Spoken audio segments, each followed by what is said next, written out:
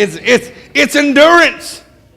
Listen, there was something that every football coach, every basketball coach, every volleyball coach, excuse me,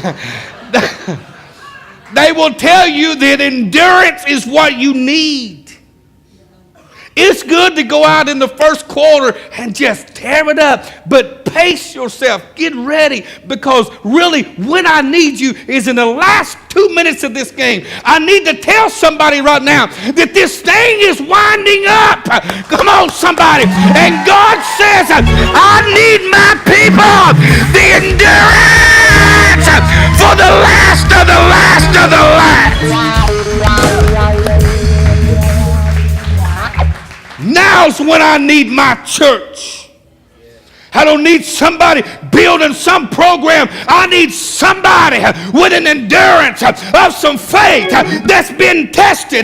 You give me somebody who's been out in the pit and crawled up out of it. I want to walk beside them.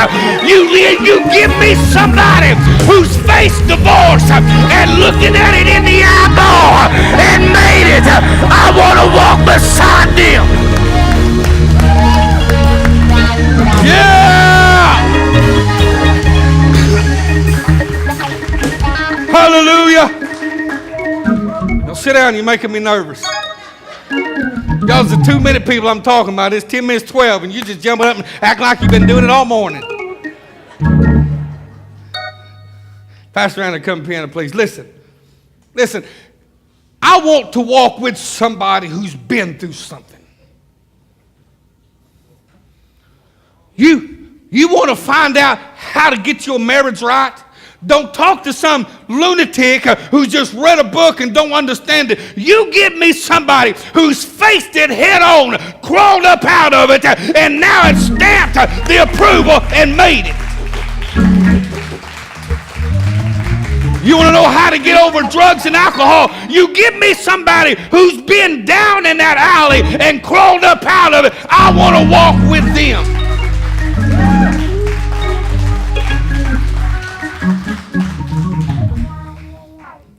You want to find a great church? You give me somebody. Whoo, everybody say, I love the pastor. Who stepped right out in the middle of Pittsburgh, Kansas, in the Salvation Army building and said, I hear you, God, and I won't back down from anything. Let me tell you something. And then you gather yourself with a bunch of people like you. I can tell you right now, Pittsburgh won't ever be the same when we realize our faith has manifested through our text.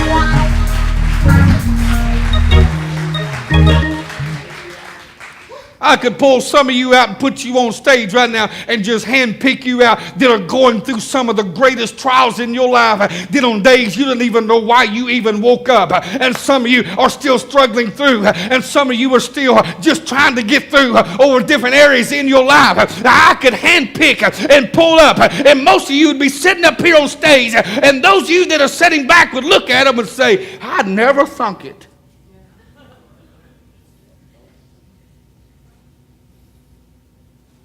Because we have some people with some tested faith right now in this church.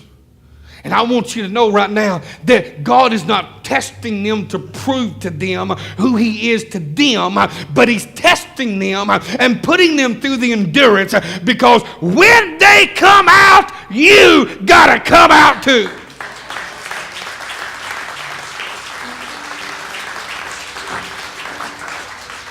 Tested faith. A rising faith, an Abraham faith.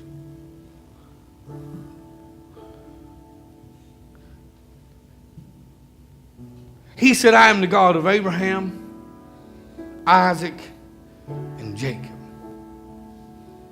Let me tell you who God is. I'm going to wrap this up. Let me tell you what He's saying. Abraham means promise, because God spoke promise to Abraham. He said, I am the God of the promise. Isaac is blessing because Isaac come in underneath that and received the blessing. He said, I am the God of promise and I am the God of blessing.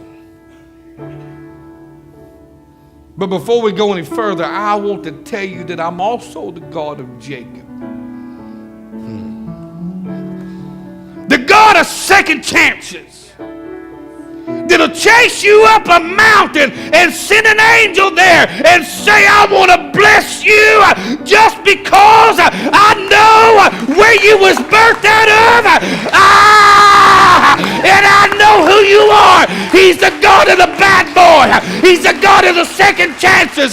Not only the blessing and the promise, but he's the God of the second chances as well. He said, I'm all three. You can't outrun me. I'm God in it all. Now, with that being said, faith, tested faith, it threatens hell. It convicts us. And it causes an endurance.